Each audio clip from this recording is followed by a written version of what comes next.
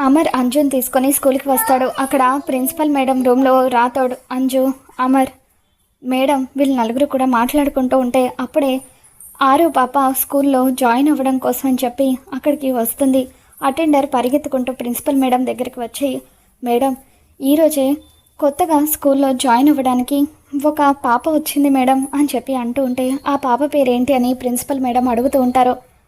Arundhati madam అని చెప్పి ఆ అటెండర్ అనగానే అంజు, రాథోడ్, అమర్ ముగ్గురు కూడా షాక్ అవుతారు. అమర్కి తన కన్న కూతురు ఆరు గుర్తుకు వస్తూ ఉంటుంది. ఒక 10 నిమిషాలు వెయిట్ చేయమని చెప్పు అని ప్రిన్సిపల్ మేడం అంటూ ఉంటే, ఇట్స్ ఓకే మేడం, ఆ పాపను రమ్మని చెప్పండి అని అమర్ అంటూ ఉంటాడు. ఇక దాంతో ఆ పాపను రమ్మని చెప్పు అని ప్రిన్సిపల్ మేడం అనగానే అటెండర్ ఆరు పాప దగ్గరికి వచ్చి లోపలికి రా పాప అని చెప్పి అంటూ ఉంటాడు.